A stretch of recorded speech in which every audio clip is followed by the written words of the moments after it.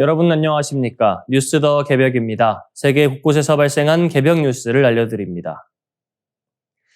북한 김정은 국무위원장이 새해 첫 탄도미사일 도발의 배경으로 최근의 지정학적 위기와 국제적 사변을 거론하며 핵전쟁 억제력 고도화의 필요성을 강조했습니다.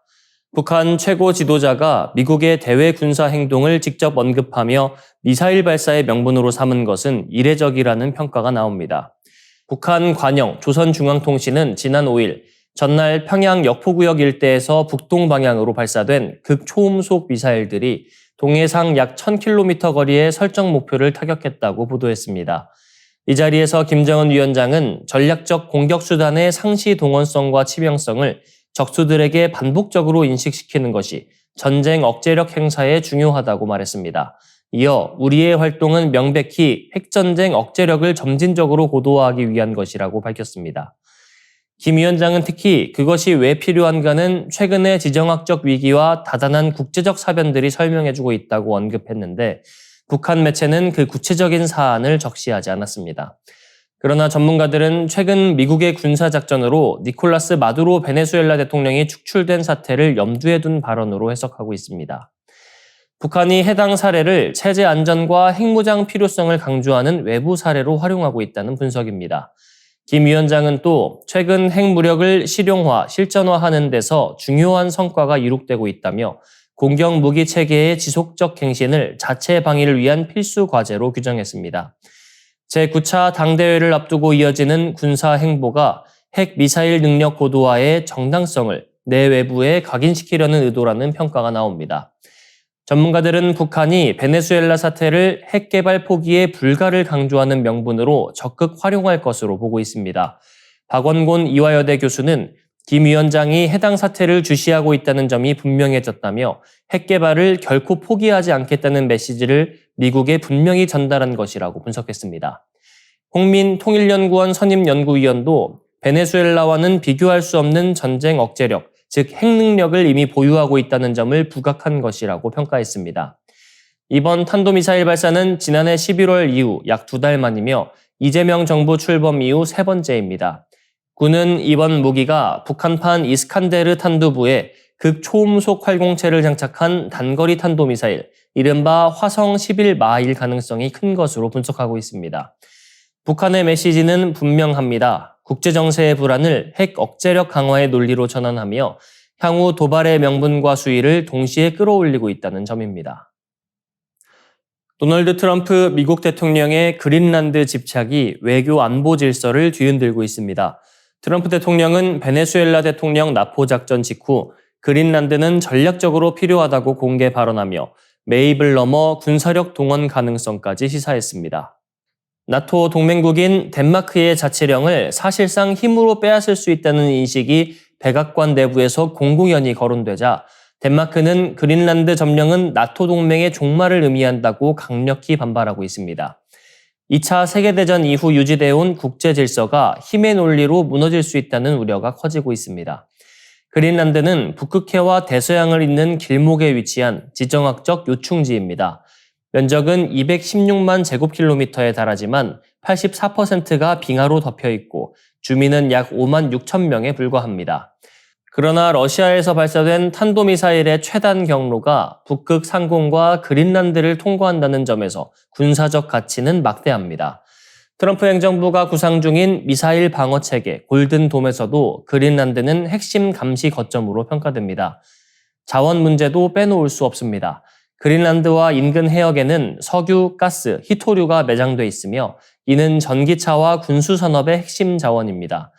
특히 히토류 매장량은 약 3,850만 톤으로 세계 매장량의 3분의 1 수준에 달합니다. 기후변화로 빙하가 녹으면서 북극 항로가 아시아와 유럽을 잇는 최단 해상로로 부상하자 미국, 중국, 러시아의 경쟁도 한층 치열해졌습니다. 그러나 미국은 이미 1951년 덴마크와의 방위 협정에 따라 피투피크 우주기지를 운영하며 사실상 그린란드 방어의 핵심 역할을 맡고 있습니다. 덴마크 측은 미국은 소유권 없이도 거의 모든 안보 목표를 달성할 수 있다고 반박합니다. 그럼에도 트럼프 대통령은 중요한 것은 소유권이라며 나토 유지보다 그린란드 확보를 우선할 수 있음을 시사했습니다. 유럽은 공개 비판을 자제한 채 신중한 태도를 보이고 있지만 이번 발언이 동맹의 근간을 흔드는 중대 분기점이 될 수 있다는 위기감은 확산되고 있습니다. 한편 미국 트럼프 행정부는 그린란드 확보를 위한 여론 조성 작업의 일환으로 약 5만 7천 명에 달하는 현지 주민들에게 1인당 1만에서 10만 달러 금전적 보상을 제공하는 방안을 검토 중입니다. 트럼프 대통령의 그린란드 확보 구상이 구체화하면서 자원과 영토를 지배하려는 트럼프식 신패권주의가 본격화하고 있다는 분석이 나옵니다. 일론 머스크 테슬라 최고 경영자가 한국의 저출산 문제를 두고 다시 한번 강도 높은 경고를 내놨습니다. 머스크는 지난 7일 미래학자 피터 디아만디스가 진행하는 팟캐스트 문샷에 출연해 인공지능과 로봇이 가져올 풍요의 시대를 주제로 대담하던 중 한국의 인구 구조를 대표적 위기 사례로 언급했습니다. 머스크는 한국의 합계 출산율을 두고 정말 미친 수준이라며 인구 유지에 필요한 대체 출산율의 3분의 1에 불과하다고 지적했습니다. 대체 출산율은 한 국가가 현재 인구 규모를 유지하기 위해 필요한 출산율로 통상 2.1명 수준으로 알려져 있습니다. 그러나 한국의 2024년 합계 출산율은 0.75명에 그쳐 경제협력개발기구 OECD 회원국 가운데 가장 낮은 수치를 기록했습니다.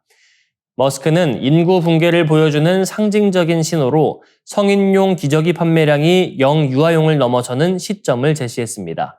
그는 일본은 이미 오래전에 그 지점을 지났고 한국 역시 같은 경로에 들어섰다고 말했습니다. 이어 이런 추세가 지속되면 3세대가 지난 뒤 한국 인구는 현재의 약 3% 수준으로 급감한다며 그때가 오면 북한이 굳이 침공할 필요도 없다고까지 언급했습니다. 머스크는 같은 팟캐스트에서 국경을 그냥 걸어서 넘어올 수 있을 정도로 한국 사회는 고령자 비중이 압도적으로 높아질 것이라며 인구 감소가 안보와 국가유지 기반까지 위협할 수 있다고 주장했습니다. 그는 과거 폭스뉴스 인터뷰에서도 한국을 초저출산의 대표적 사례로 들며 이를 되돌릴 방법이 보이지 않는다고 언급한 바 있습니다. 전문가들은 초저출산이 장기화될 경우 노동력 감소와 사회보장 재정 악화, 국방력 약화로 이어질 수 있다며 인구 구조 변화가 단순한 사회 문제가 아니라 국가 존속과 직결된 구조적 위기라고 경고하고 있습니다. 머스크는 같은 자리에서 의료 분야의 급격한 전환도 예고했습니다. 그는 훌륭한 외과 의사가 심각하게 부족하고 한 사람이 제대로 된 의사가 되기까지는 시간과 비용이 너무 많이 든다며 의학 지식은 계속 바뀌고 의사들은 시간 제약과 실수를 피할 수 없다고 인간 의사의 한계를 지적했습니다. 로봇이 최고의 외과 의사를 능가하는 시점을 묻는 질문에는 3년이라고 답하며 테슬라의 휴머노이드 로봇 옵티머스가 대규모로 확산될 경우 지구상에 있는 외과 의사보다 더 나은 수술을 하는 로봇이 더 많아질 것이라고 대답했습니다. 그는 3년이면 인간보다 낫고 4년이면 거의 모든 인간보다 낫고 5년이면 비교 자체가 안 된다며 사람들은 로봇의 확산 속도를 과소평가하고 있다고 강조했습니다. 러시아의 대규모 공습으로 혹한에 놓인 우크라이나 동남부 2개 주에서 100만 가구가 넘는 주민들이 단수와 정전을 동시에 겪는 초유의 사태가 발생했습니다. AP와 로이터 통신에 따르면 7일부터 8일 밤사이 이어진 공습 직후 자포리자주와 드니프로 페트로우스크주 대부분 지역에서 전기와 난방, 수도 공급이 끊겼습니다. 전쟁 발발 이후 4년 사이 가장 심각한 수준의 에너지 마비로 평가됩니다. 당국은 철도와 병원 등 필수 기반 시설의 비상대체 전력망을 가동했고 임시 난방소와 충전소를 운영하며 복구에 나섰습니다. 그러나 8일 늦은 오후까지도 완전 복구에는 이르지 못했습니다. 올렉시 쿨레바 재건 담당 부총리는 드니프로 페트로우스크주에서 100만 가구 이상을 대상으로 난방과 수도 복구 작업을 진행 중이라고 밝혔습니다. 저녁까지 단수를 겪던 170만 가구 중 대부분은 복구됐으나 2만 가구는 여전히 물 공급이 중단된 상태입니다. 난방 역시 27만 가구는 복구됐지만 25만 가구는 여전히 난방의 차질을 겪고 있습니다.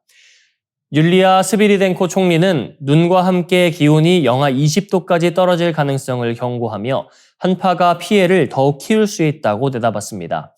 자포리자주에서는 전쟁 이후 처음으로 4시간에 걸친 전면 정전이 발생했다가 복구됐고 드니프로시에서는 지하철 운행이 일시 중단되며 휴교 조치도 이틀 연장됐습니다.